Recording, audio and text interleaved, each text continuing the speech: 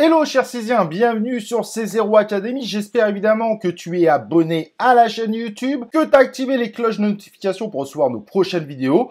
Et aujourd'hui, qu'est-ce qu'on va voir? Eh ben, tout simplement, on va regarder pour entrer sur Binance et commencer à regarder aussi la partie trading. Allez, on regarde ça, let's go!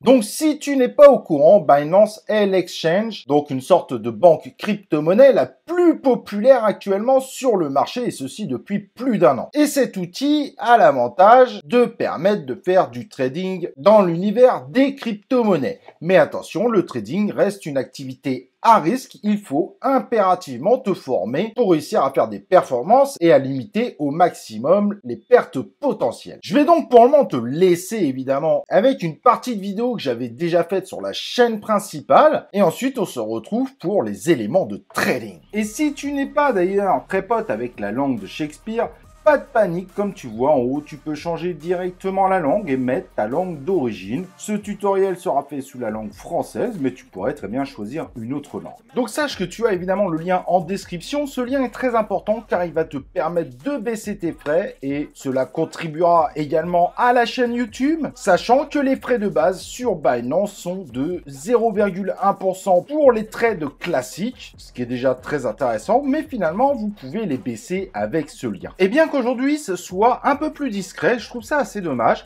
Il y a la possibilité encore de baisser 25% les frais de trading pour du trading classique. Il faut aller sur la page de frais de trading. Je vous ai mis le lien d'ailleurs en description car il devient très difficile de trouver cette page. Et vous devez cliquer, comme vous le voyez sur l'image actuelle, utiliser la déduction BNB pour avoir une déduction de 25% supplémentaire.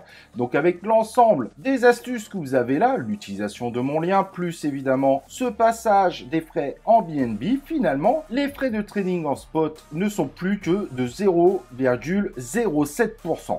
Ce qui en fait évidemment une des plateformes les moins chères du marché. Bien évidemment, il faudra un minimum de BNB sur la plateforme pour pouvoir évidemment bénéficier de ces frais de trading. Mais on va voir justement ensemble comment faire tout ça. En cliquant en haut sur la petite icône personnage, puis en allant sur sécurité, on va aller sécuriser notre compte. C'est indispensable. On ne fait pas un compte dans l'univers des crypto-monnaies sans sécuriser son compte. Donc avant même de déposer de l'argent, hop, sécurité. Et à ce moment-là, vous avez plusieurs possibilités différentes. Vous avez la vérification par adresse mail, également la vérification par numéro de téléphone, une autre par Google Authentificator et une autre par une authentification biométrique par clé de sécurité. Si vous utilisez Binance sur votre téléphone, je ne vous recommande pas évidemment d'avoir la possibilité de récupérer ces informations directement sur le téléphone. Sinon, finalement, celui qui vous vole le téléphone et qui a peut-être pu s'apercevoir du code pour le débloquer, pourrait faire ce qu'il veut tout simplement de votre compte Binance. Mais faites en sorte tout simplement que l'ensemble de ces éléments ne soit pas sur un seul appareil, mais plutôt sur deux appareils.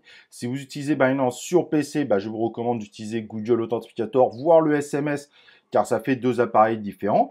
Si vous êtes sur votre téléphone, faites en sorte, pourquoi pas, d'utiliser un mail qui n'est pas disponible sur votre téléphone, mais qui serait disponible qu'à partir de votre ordinateur. Et du coup, le moindre cambrioleur qui vous vole votre ordinateur à la maison ou celui qui vous vole votre téléphone dans votre sac ne pourra jamais récupérer vos fonds. Donc l'aspect sécurité est très important. Également, si vous utilisez du Google Authentificator, je vous recommande fortement de faire un backup de ce Google Authentificator, car si vous perdez votre téléphone et que vous n'avez pas de backup ailleurs, ça va être extrêmement compliqué pour pouvoir récupérer votre compte, car sans votre Google Authentificator, il sera tout simplement pas possible de le récupérer. Donc Binance va vous faire passer, après peut-être malheureusement des mois d'attente, un nouveau KYC, etc., et vous risqueriez de ne pas avoir accès à votre compte pendant un certain temps. Et maintenant, c'est bien beau, vous avez sécurisé votre compte Binance, on a baissé au maximum les frais, il faut commencer par acheter de la crypto-monnaie. Mais au début, quand on n'a pas de crypto-monnaie,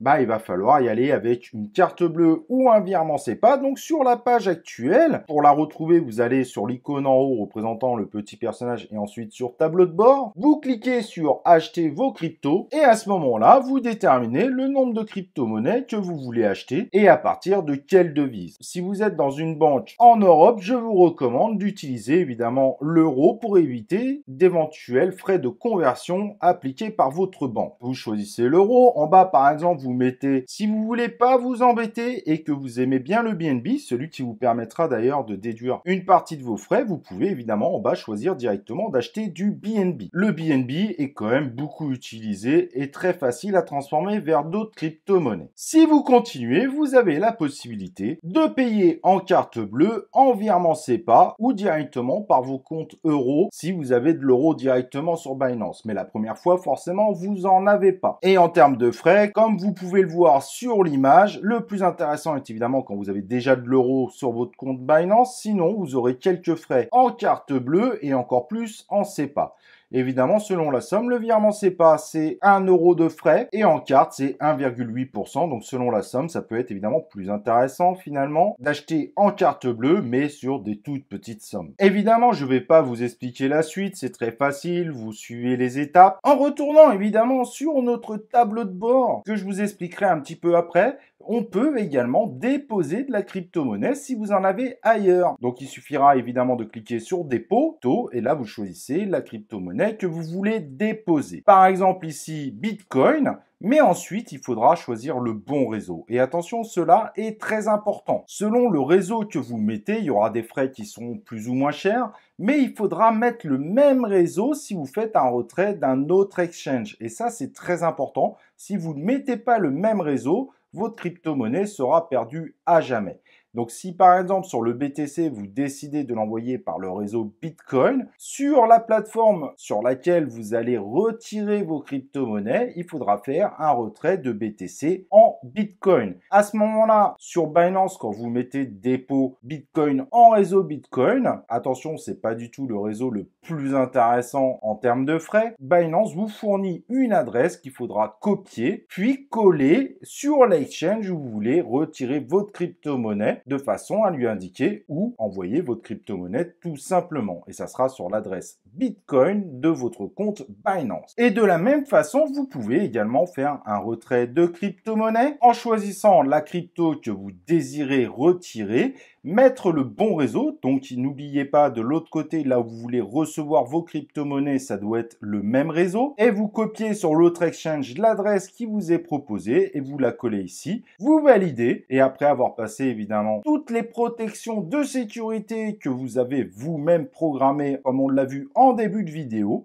eh ben, vous pourrez recevoir vos crypto-monnaies selon évidemment le temps que prendra le réseau que vous avez défini. Ceci n'est pas instantané, cela peut prendre plusieurs minutes et parfois quand des réseaux sont congestionnés, cela peut prendre même plus d'une heure, donc il n'y a pas de panique à avoir. Et en bas de la page dépôt et de la page retrait, vous avez évidemment un historique des dépôts ou des retraits selon où vous êtes de ce que vous avez déjà réalisé dans le passé. Parfois, c'est assez pratique de voir un peu ce qu'on a fait, on n'a pas forcément tout garder en mémoire. Mais si vous voulez jouer les apprentis traders, il suffira d'aller dans Trader, ensuite dans Spot. Nous sommes sur du trading classique. Vous arrivez par défaut normalement sur BTC USDT. Si vous aviez, vous, été chercher du BNB, n'oubliez pas d'aller chercher une paire dans ce que vous avez. La paire BTC USDT veut dire que vous voulez faire une conversion entre du BTC et de l'USDT. Donc pour vous, si vous avez acheté du BNB, il faudrait faire une paire BNB slash quelque chose ou quelque chose slash BNB. En gros, c'est tout simplement pour dire que vous voulez passer des ordres d'achat de la première crypto-monnaie slash la deuxième crypto-monnaie ou dans l'autre sens. Et quand vous recherchez BNB, vous avez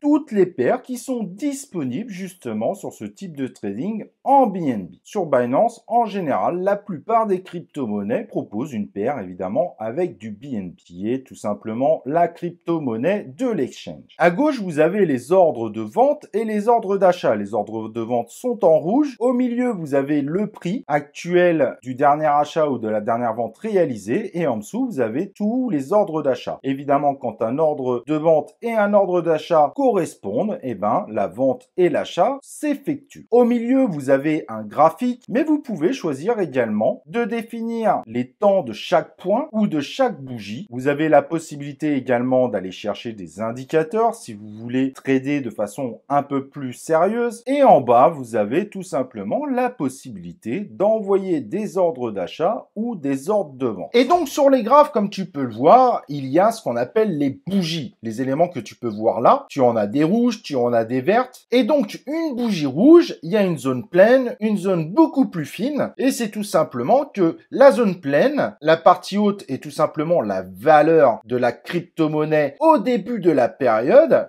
Et en bas, c'est la valeur à la fin de la période, mais si la période n'est pas terminée, c'est la valeur à l'instant T. La bougie est rouge si évidemment la valeur a baissé entre le début de la période et la fin de la période ou l'instant T. Cependant, on est sur des actifs volatiles et c'est pour ça qu'il y a une petite partie fine. La petite partie fine en haut, c'est tout simplement la valeur maximale qu'a pu avoir la crypto-monnaie pendant cette période et la partie fine du bas, la valeur minimale de la crypto-monnaie pendant la même période. Les périodes, c'est à toi de les choisir. Il y a 1 heure, 1 minute, 4 heures et c'est assez intéressant de pouvoir switcher d'une période à une autre car on peut voir différents comportements et parfois il est utile de regarder des comportements sur différentes périodes pour pouvoir trader. Et dans le cadre de la bougie verte, c'est la même chose à l'exception que forcément si c'est vert, c'est que notre crypto-monnaie depuis le début de la période a pris de la valeur. Donc c'est la partie pleine basse qui correspond à la valeur en début de période et la partie pleine haute qui correspond à la valeur en fin de période ou à l'instant T si la période n'est pas terminée. Dès qu'une bougie s'arrête parce que la période est terminée, par exemple si on est sur 1 heure, la période commence à 16 heures, elle finit à 17 heures, à 17 heures on ouvre une nouvelle période, donc une nouvelle bougie. L'affichage se fait selon les périodes que tu as décidées. C'est tout simplement le type de graphique le plus utilisé dans l'univers du trading car cela permet potentiellement de pouvoir mieux mesurer des tendances, des éléments qu'on verra plus tard. Il y a 2 types de trading, le trading spot et le trading margin future. Pour le moment, on va s'intéresser au trading spot. On va avancer doucement, moins risqué pour les traders. On va donc partir sur une paire de trading, ici ETH/USDT. Cela veut dire qu'on peut acheter de l'ETH grâce à l'USDT ou revendre de l'ETH pour obtenir de l'USDT. Ça marche dans les deux sens. Évidemment, il faudra choisir dans les paires de trading qui sont proposées. La plupart des paires sur Binance tournent autour de l'USDT, l'Ethereum, le Bitcoin. Il y a quelques autres paires, mais c'est les paires avec ces 3 crypto-monnaies qui sont de loin les plus populaires. Et je vous recommande plutôt d'ailleurs au début de passer plutôt par l'USDT qui est un stablecoin qui est beaucoup plus facile finalement pour les apprentis traders car on associe beaucoup mieux cette valeur USDT qui représente tout simplement $1. La partie d'achat la plus simple, c'est ce qu'on appelle acheter au marché. Acheter au marché, ça veut dire qu'on va tout simplement dire pour combien d'USDT je vais acheter de l'Ethereum. Ceci va créer un ordre d'achat quasiment invisible, tout simplement parce qu'il va prendre tous les ordres de vente le plus bas jusqu'à épuisement des USDT que vous avez mis pour pouvoir acheter vos Ethereum. La partie de gauche, vous avez le prix et au-dessus, vous avez plein de lignes avec le rouge. Tout ceci, ce sont les ordres de vente par ordre croissant. Donc sur l'exemple que vous avez là, automatiquement, si vous faites un achat au prix du marché, si vous achetez pour moins de 74 718 $, vous achèterez alors l'équivalent en Ethereum pour une valeur de chaque Ethereum à 1287,30 $. Cependant, si vous en achetez par exemple pour 75 000 $, il n'y a pas suffisamment d'Ethereum mis en vente à ce prix-là, donc il prendra le reste sur l'ordre d'achat d'au-dessus, soit pour une valeur de 1287,31 $. Sur le coup, ça change quasiment rien, mais sur des crypto-monnaies où les volumes sont beaucoup plus faibles, il faut malgré tout faire très attention. Ce type d'achat peut vous coûter plus cher que vous l'imaginiez. L'autre possibilité d'achat, c'est de déposer un ordre d'achat qui ne se déclenchera pas forcément tout de suite. Par exemple, vous voulez donc acheter de l'Ethereum avec vos USDT, mais vous voulez pas les acheter au-dessus, par exemple, de 1287 $. Donc vous allez mettre en limite 1287 287 $. Vous allez mettre en dessous soit en nombre d'Ethereum que vous voulez acheter, soit en dollars, soit en USDT en dessous. Il calculera automatiquement le nombre d'USDT que vous voulez mettre pour cet ordre d'achat. Votre ordre d'achat sera alors déposé, vous pourrez le voir en bas, et ne passera qu'au moment où il y a une vente qui respectera la condition, donc que la vente soit au maximum de 1287 $. Et si cette vente est inférieure au nombre d'Ethereum que vous vouliez acheter, eh ben vous aurez acheté tous ces Ethereum, mais votre ordre d'achat continuera jusqu'au moment où un autre ordre d'achat viendra compléter vos exigences. La petite barre que vous voyez entre Ethereum et Total, c'est si vous voulez miser par rapport à un pourcentage de ce que vous avez en USDT. Mais en touchant, vous comprendrez directement comment ça fonctionne. Évidemment, pour la vente, c'est la même chose, sauf qu'au lieu de mettre le prix maximum de la vente, vous allez mettre évidemment le prix minimum que vous attendez pour votre vente. Et pareil, ça mettra votre ordre de vente en bas et ne s'exécutera que quand des ordres d'achat viendront respecter les exigences de votre ordre de vente. Sur toutes les crypto-monnaies qui font très peu de volume, je vous recommande plutôt de passer par cette technique. Les ordres d'achat sur des petites crypto-monnaies peuvent amener, surtout si vous faites des très gros achats, à acheter votre crypto-monnaie beaucoup plus cher que ce que vous auriez dû le payer. N'oubliez pas que les exchanges entre eux font également des ordres de vente et d'achat, ce qui permet de stabiliser le prix partout. C'est ce qu'on appelle l'arbitrage, mais que vous, quand vous faites un ordre d'achat, vous le faites que sur Binance. Donc si vous faites un ordre d'achat sur une très grosse somme, vous risquez d'acheter votre crypto-monnaie très cher, mais ensuite l'arbitrage se mettra et le prix de la crypto-monnaie peut redescendre d'un coup. Voilà pourquoi il faut se méfier de ce fameux achat au marché et que l'achat en limite est quand même préférable. Mais vous pouvez vous retrouver dans une problématique. Comment je fais si je veux pouvoir vendre mes crypto-monnaies si jamais je m'aperçois que le prix baisse un peu trop? En effet, certains vont mettre une sécurité pour pas trop perdre au cas où sur une baisse d'une crypto-monnaie. Et si vous mettez un ordre de vente, comme en limite vous indiquez le prix minimum que vous voulez de votre vente, forcément si c'est pour préparer une vente en cas de baisse, si vous lancez juste un simple limite, à ce moment-là, votre ordre se déclenche automatiquement et ne prépare pas du tout une sécurité pour une baisse. Et c'est pour ça qu'on va utiliser une option qui s'appelle le stop limit. On peut faire également la même chose pour préparer un achat en cas de gros pump. On va donc mettre le limite classique, à combien on est prêt à vendre notre crypto-monnaie, donc le prix minimum, et combien de crypto-monnaies on veut, tout simplement comme en limite. En revanche, nous allons mettre un déclencheur, et c'est ça qu'on appelle le stop. C'est-à-dire que si là, par exemple, notre Ethereum est à 1287 USDT, en n'oubliant pas un USDT égale 1 $, alors je me dis que si jamais l'Ethereum descendait en dessous de 1250 $, j'aimerais bien que ça fasse une vente automatique. Mais évidemment, si je mets un ordre de vente avec un simple limite, du coup, ça déclencherait directement mon ordre d'achat. Et donc là, je vais mettre un stop. Je vais dire qu'en stop, je vais mettre 1250 $. Et en ordre de vente, je vais dire, par exemple, que je veux le vendre au minimum à 1240 $, ce qui laisse 10 $ d'écart. En réalité, au moment où la valeur de la crypto-monnaie traverse notre stop, donc passe par exemple de 1251 $ à 1249 $,